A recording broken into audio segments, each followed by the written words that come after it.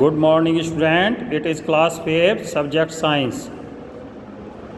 Today we will read chapter 3.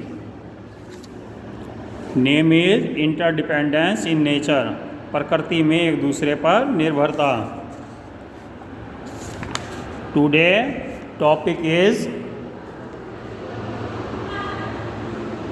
environmental balance. पर्यावरण में संतुलन.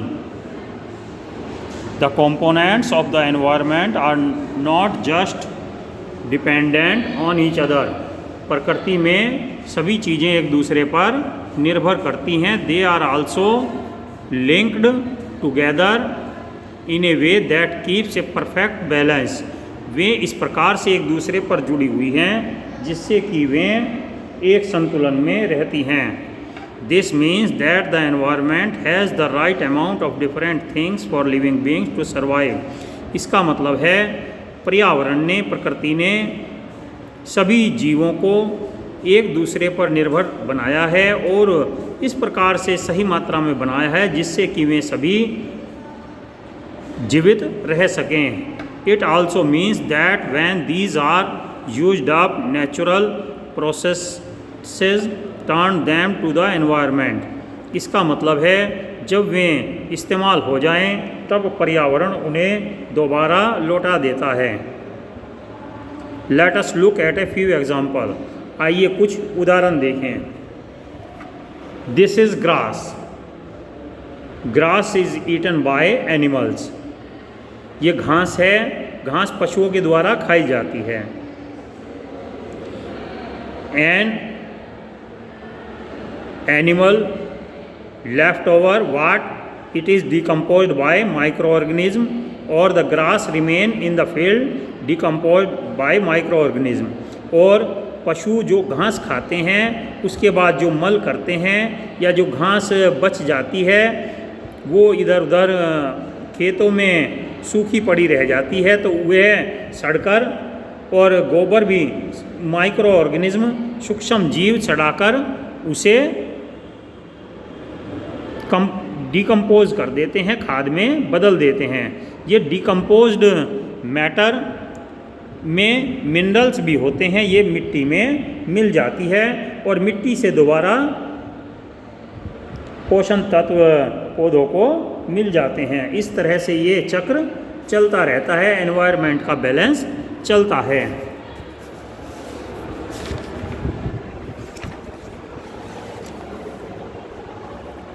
Number 1, living being use up oxygen and throw out carbon dioxide. सभी जीवित प्राणी ऑक्सीजन ग्रहण करते हैं और कार्बन डाइऑक्साइड छोड़ते हैं. Plants use the carbon dioxide and make oxygen. पौधे कार्बन डाइऑक्साइड ग्रहण करते हैं और ऑक्सीजन छोड़ते हैं. This way the amount of carbon dioxide and oxygen in the air stays balanced. इस प्रकार से कार्बन डाइऑक्साइड और ऑक्सीजन का प्रकृति में संतुलन रहता है. इसे बात को एक बार फिर समझिए. सभी जीव जंतु भी और पेड़ पौधे भी सांस लेने के लिए ऑक्सीजन ग्रहण करते हैं और कार्बन डाइऑक्साइड छोड़ते हैं. लेकिन पौधों की एक प्रक्रिया और होती है अपना भोजन बनाने की.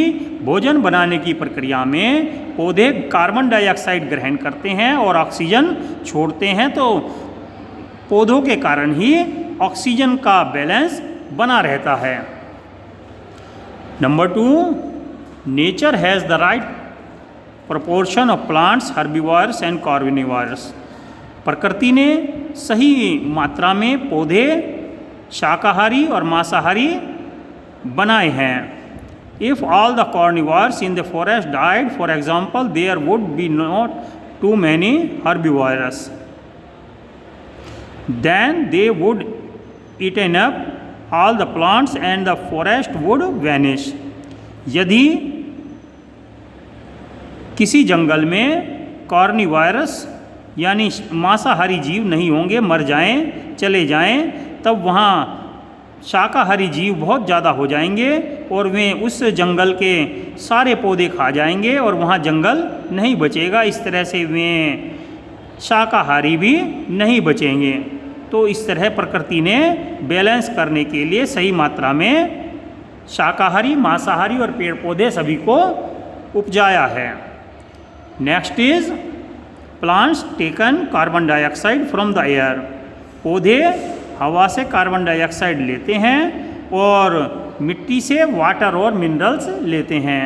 दे use all these to make food which animals eat. वे इससे भोजन बनाते हैं जिसको कि सभी जीव खाते हैं। Plants and animal use food for energy and growth. पौधे और जीव सभी ऊर्जा के लिए और बढ़त के लिए भोजन ग्रहण करते हैं। A part of the food is also stored in their bodies.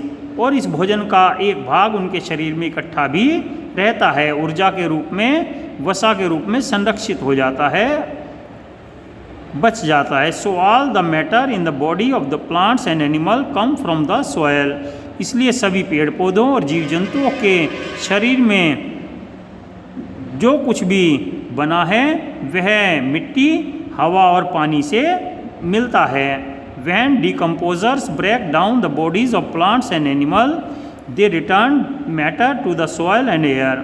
जब जीव मर जाते हैं, पेड़ पौधे सूख जाते हैं, तो मरे हुए पेड़ पौधे और जीव जंतुओं के शरीर को डिकम्पोज़र सड़ाकर, गलाकर मिट्टी में और हवा में मिला देते हैं, जिससे कि प्रकृति का संतुलन बना रहता है। They help to keep environmental balance. इसलिए प्रकृति का संतुलन बना रहता है।